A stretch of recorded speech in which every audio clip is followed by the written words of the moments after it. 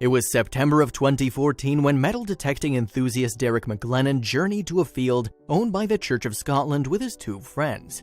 A year prior, he had found a trove of medieval coins near Twynholm, and he was hoping to stumble across something just as significant that day. After talking himself into going on the trip after feeling unwell that morning, McLennan was shocked when his detector started beeping. Little did he know he was about to unearth something that had been hidden away for over 1,000 years.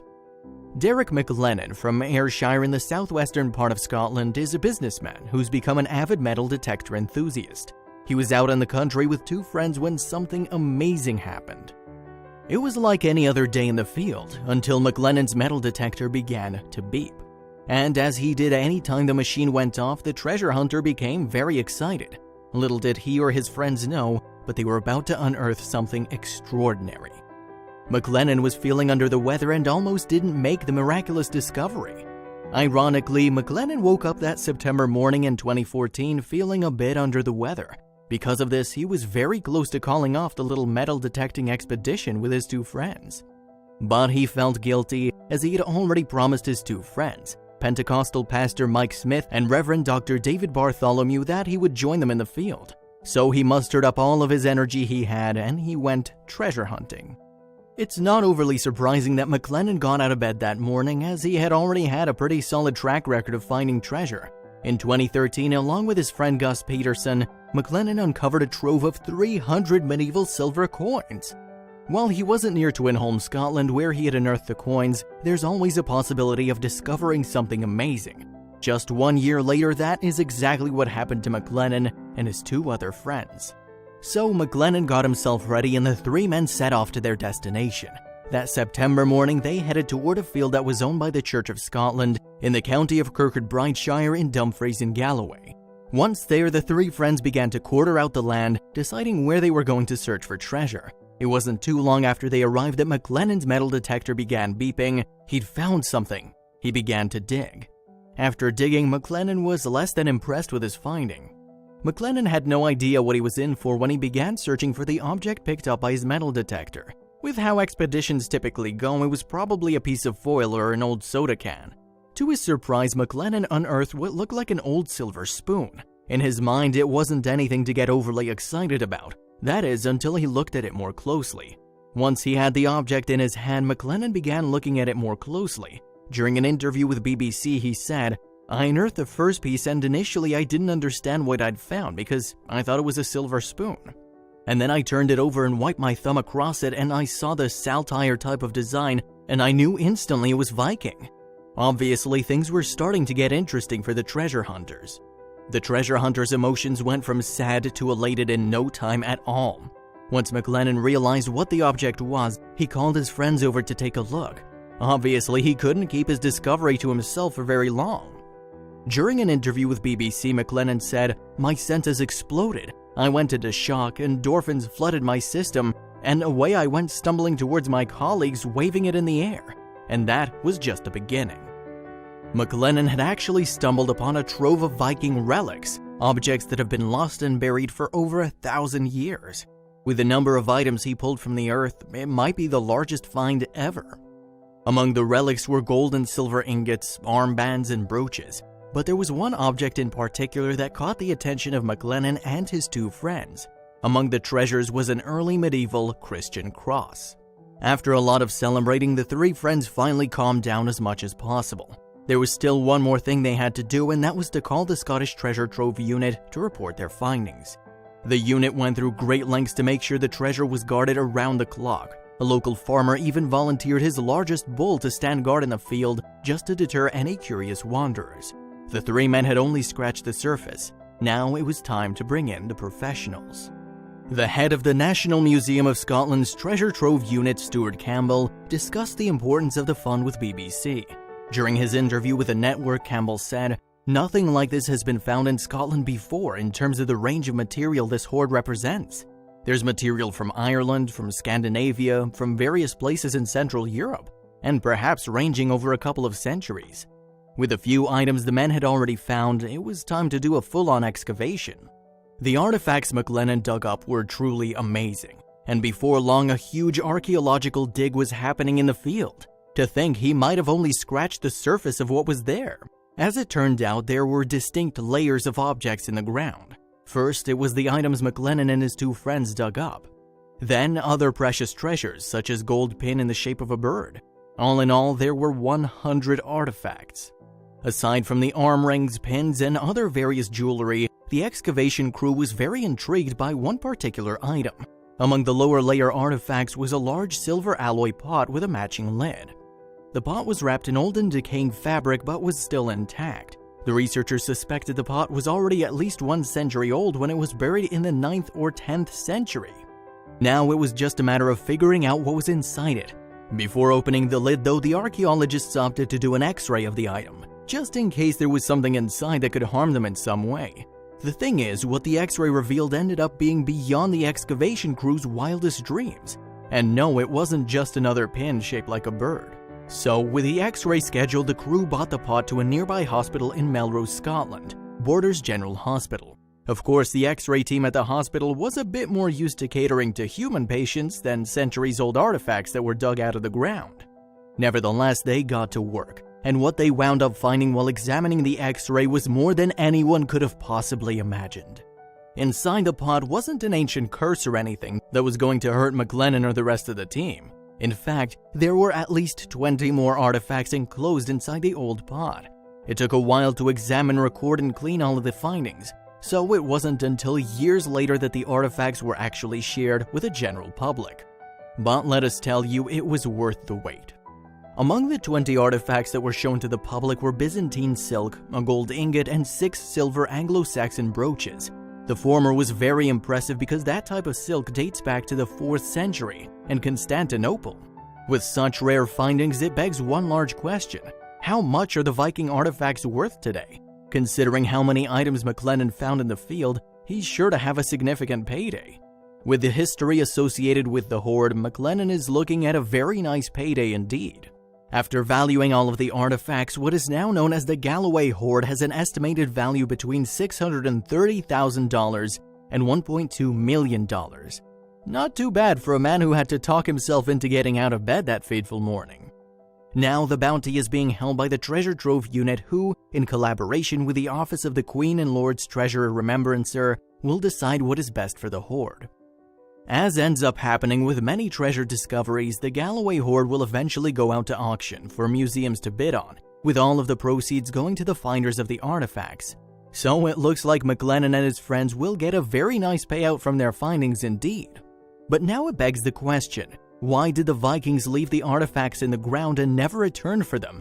Unfortunately, those questions are most likely going to remain unanswered.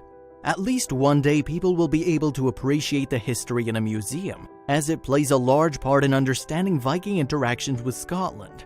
Alwyn Owen, a Viking specialist, said, "This hoard will add hugely to our understanding of Viking movements around the landscape, their interactions with other people, and their craftsmanship." For now, people can only assume that whomever laid the artifacts in the ground had a very good reason for doing so.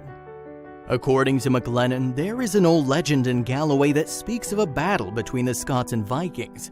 In the end, the Scots triumphed over the Vikings, so perhaps the treasure is that of a Viking warlord, not wanting the prized artifacts to fall into enemy hands. Today, the Galloway hoard has found a permanent home at the National Museum of Scotland, after the museum raised over $2 million worth of funds to acquire the relics. Keep listening for a story about a metal detecting enthusiast who found something incredible in Wales. Mike Smith is a metal detecting enthusiast from Pembrokeshire, Wales, so going out to search for buried treasure one rainy day was nothing out of the ordinary.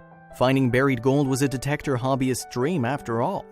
He never expected to be jolted out of his wandering mind by a loud beep from his machine. Soon the adrenaline started pumping through his veins as he swiveled his detector back and forth over the wet soil. What was down there? Mike has always been a curious man, so when his metal detector went off that day, Mike knew he was going to see it through to the end. The thing is, he never expected to dig up such monumental treasure, and he certainly never anticipated ever having to get the authorities involved. But now that he knew something was a few feet down from where he stood, there was no going back. He had to know what set his detector off. After the initial beep, Mike decided to sweep the rest of the field. Typically, when a person walks away from a find, the beeping will grow fainter and fainter until it stops altogether, but that wasn't the case for Mike. It was strange. The further he walked away from his original beep location, the louder his detector sounded. Could it be a machine malfunction, or was there something down there that was taking up the entire underbelly of the field? When Mike's detector started going off all around the field, he knew there was nothing left to do but trust his instincts. And his instincts were telling him to start digging for treasure. Grabbing his handy-dandy shovel, Mike set to work on the damp soil. Starting with a hole about a foot wide and 2 feet deep, Mike had no idea what he was about to stumble upon. Mike had used his metal detector in this spot before, digging up a few old pennies that weren't worth much. This time he dug up something that wasn't an animal bone or even a type of coin. Very carefully, Mike lifted the small round object out of the dirt. Was he positive it wasn't a coin? It sure looked like one. But after rubbing some of the earth off the surface, an engraving began to appear. Puzzled, Mike flipped the object this way and that, trying to figure out what it could possibly be. There was a figure etched into one side while the other held some kind of message. What made Mike certain it wasn't a coin was the fact that there was a ring attached to the top of the object, almost as if it was attached to a chain or clip at some point in time. But he didn't analyze the artifact for too long because he just spotted another object in the dirt. Unlike the first object, this one was completely stuck in the mud. Mike decided to put down his shovel and start digging with his hands, hoping that his fingers would be able to gain some leverage on the mysterious item. Unfortunately, it wouldn't budge even when Mike sat back on his heels to get a better grip. Whatever it was, it sure was happy to stay in its sunken place in the mud, but Mike wasn't giving up. No matter how hard Mike pulled, the object wouldn't give way. It was puzzling though because the rusty old piece of metal didn't look all that heavy. Mike was stumped, so he decided to change his plan of attack. He got back down on his knees and moved the soil around the artifact. Jiggling the earth this way and that, hypothetically, should loosen the object enough for Mike to be able to put it out of the ground. Well, some things in life aren't that simple. As you can see, the ground wasn't giving up the treasure that easily. Keep listening to learn what Mike did next. During his second go at shifting the soil, Mike started to see signs the mysterious object was connected to something. What that something could be, he had no idea, but the fact that another mystery was unfolded just piqued his interest even higher.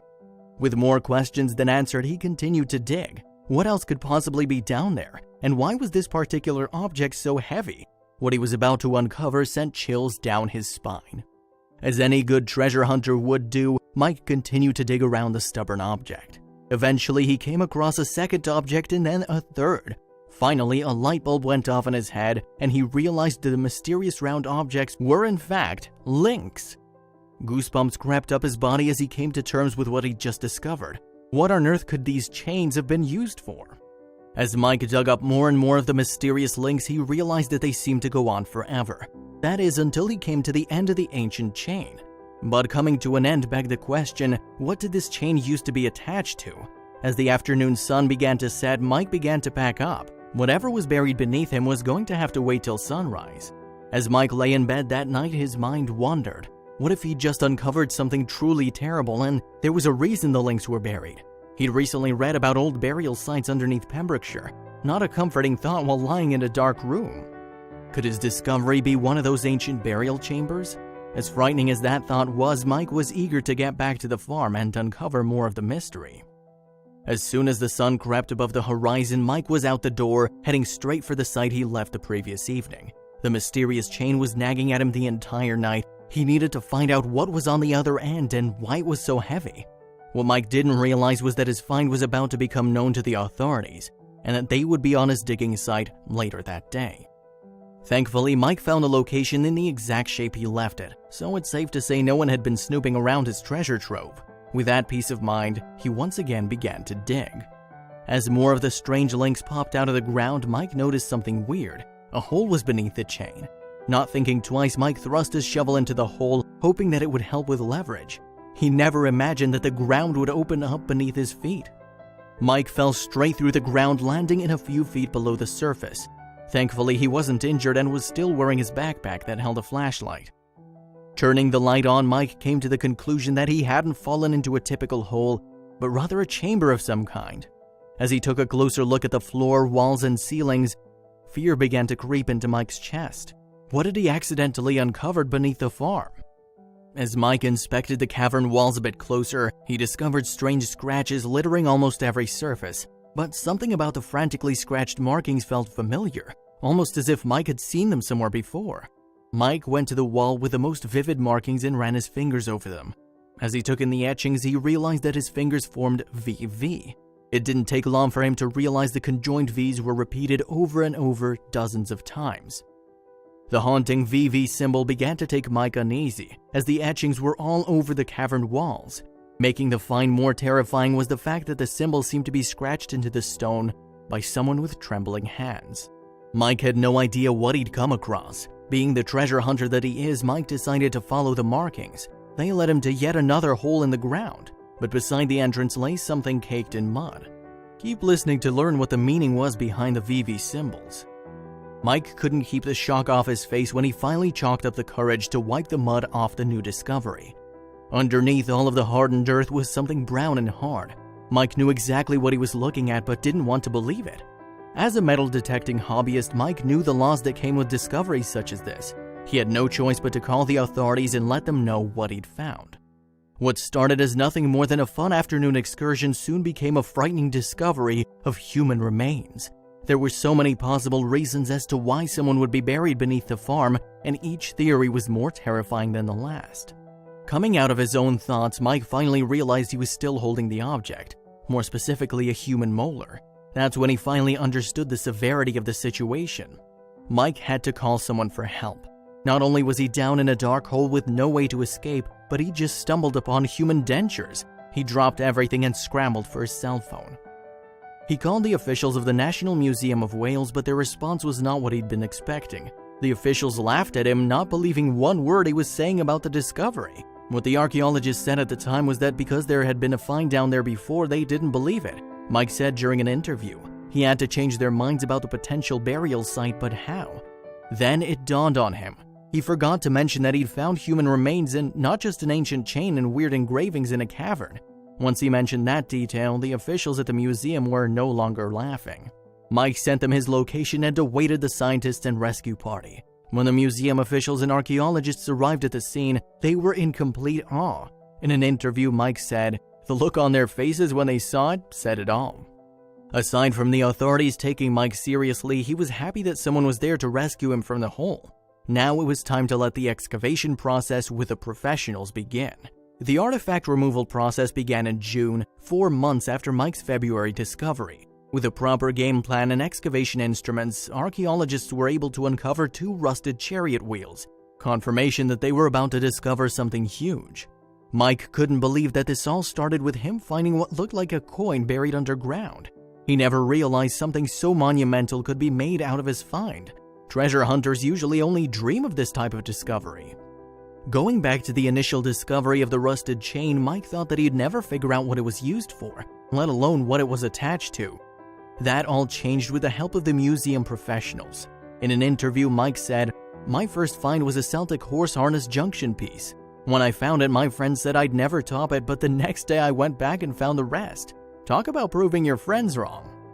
According to archaeologist Rachel Hall, the connected VV is called a witch mark. These marks were meant to keep witches from entering a building.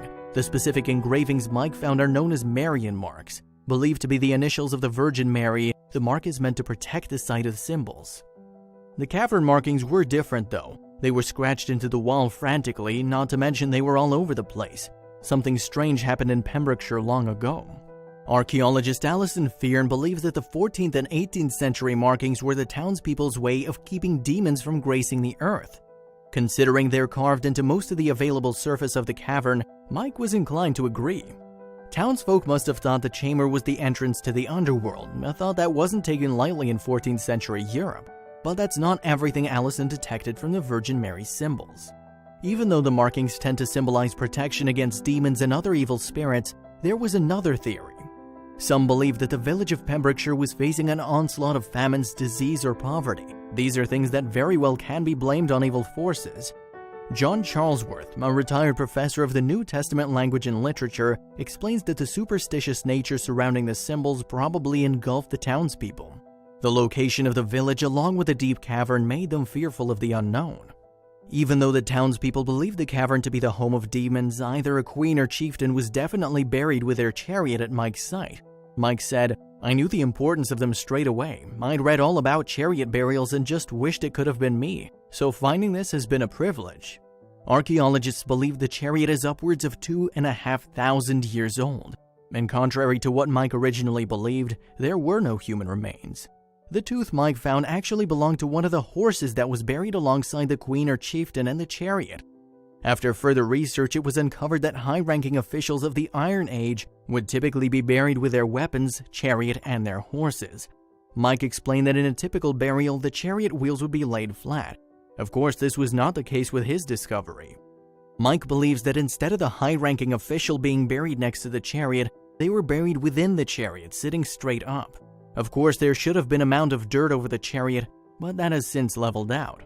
After learning more about his discovery, Mike was in disbelief that he, alongside his trusty metal detector, was able to uncover such a rich history, and this was only the beginning. After museum officials roped off the area to the public, they brought in the big instruments. Considering all of the tiny artifacts Mike has stumbled across, a ground-penetrating radar over the farm was necessary. So when we say big, we mean something that looks straight out of a National Treasure movie. If you thought the discoveries Mike found by himself were insane, you'd never guess what the geophysical sonar can uncover. After surveying the land, the archaeologists uncovered what could be described only as a ditch ring. The ring was a 12-meter circle that surrounded the site. The thing is, they found more than one. Researchers found 2 more burials, both of which were located in ditch rings. This made them come to the conclusion that Mike had stumbled upon a Celtic settlement that has stayed off of everyone's radar for quite some time. Aside from the ditch ring burial sites, Mike was able to dig up around 34 other items, including a brooch, tool handles, and bronze bits to name a few. "I still can't believe it," Mike said. "Obviously, I've read other people's finds. I've watched them on the telly and I've always thought, I wouldn't mind finding that. It's still surreal and life-changing." He didn't even know the half of it. Adam Gwilt, the principal curator of prehistoric archaeology at the National Museum of Wales, explained that the findings were probably witness to some great historical events of the time, as Iron Age people defended their ways of life and identity from the expansion of the Roman Empire. The project is going to take a lot of funding, and Adam and his team have been working with multiple partners to pursue a full investigation of the artifacts. Keeping his eye on the prize, Mike expects at least a 6- or 7-figure payout for his discovery. Of course, he has to split his earnings with the landowners too. Still, not too bad for a hobbyist. Mike explained that it's the biggest ever metal detecting find, as in there's never been a chariot ever discovered by a metal detectorist. There have been hoards found, but never anything like this. Here's to more amazing discoveries for you, Mike.